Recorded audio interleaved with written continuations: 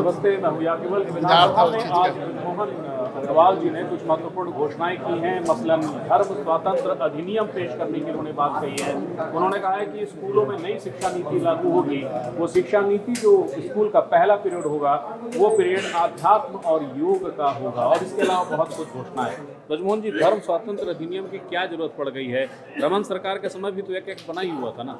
जो एक्ट बना हुआ है वो पुराना एक्ट है, वो दंत विहीन है, वो नख विहीन है, और जो इस प्रकार का अपराध करने वाले लोग हैं उनमें डर पैदा नहीं करता है। कानून ऐसा होना चाहिए जो अपराधियों में भय पैदा करे और अपराध को रोकने का काम करे। इसलिए अब जो धर्म स्वातंत्र विधेयक आएगा वो धर्मांतरण, इल्लीगल धर्मांतरण करने वालों के लिए एक अभिशाप साबित होगा। दूसरी चीज ये कि भारत भवन की तर्ज पे आपने कहा छत्तीसगढ़ में बिल्डिंग बनेगी, क्या है प्रारूप? बिल्डिंग नहीं बनेगी, भारत भवन बनेगा। उस भारत भवन में अलग अलग प्रकोष्ठ होंगे।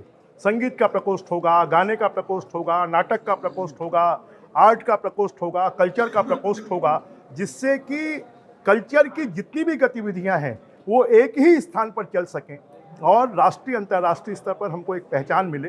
इसके लिए हम भारत भवन का निर्माण करेंगे। पद्मश्री पुरस्कार से सम्मानित लोगों को 25,000 रुपये महीने की घोषणा, और इसके अलावा जो एक और दिलचस्प चीज थी, पक्ष या विपक्ष आपकी स्तुति गान सभी कर रहे थे।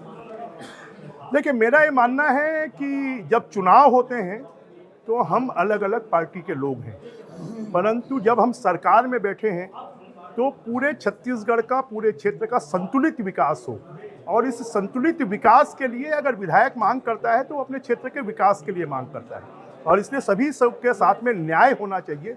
और इस दृष्टि से, क्योंकि मुझे इस विधानसभा में 8 बार विधायक के रूप में काम करने का मौका मिला है और उसमें 3 बार विपक्ष के रूप में भी हमने काम किया है, तो हम विपक्ष के विधायकों का दर्द जानते हैं, और इसलिए हमने इस प्रकार के निर्णय लिए हैं। स्कूल को लेके नई शिक्षा नीति में क्या हिंदुत्व का प्रयोग कर रहे हैं आप?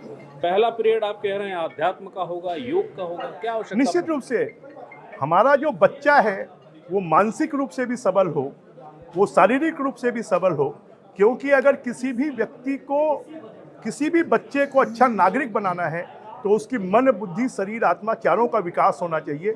और हमारी जो नई शिक्षा नीति है उसमें संपूर्ण विकास की कल्पना की गई है, और उसके तहत हम ये काम करेंगे। बहुत बहुत शुक्रिया। ये थे मंत्री ब्रजमोहन अग्रवाल जो बता रहे थे कि स्कूल और धर्मस्व को लेकर क्या महत्वपूर्ण निर्णय हुए हैं। सबसे महत्वपूर्ण निर्णय जो माना जा रहा है वो 2 हैं कि स्कूल में पहला पीरियड संस्कृति का, धर्म का तो नहीं मगर आध्यात्म और योग का, और दूसरा धर्म स्वातंत्र अधिनियम, जिसको लेकर ब्रजमोहन जी की दो टूक बात है। ये अधिनियम, ये एक्ट वो होगा जिससे भय पैदा होगा उनके प्रति जो धर्मांतरण करते हैं। अगली बार फिर किसी नई खबर के साथ मैं फिर हाजिर होऊंगा, तब तक के लिए।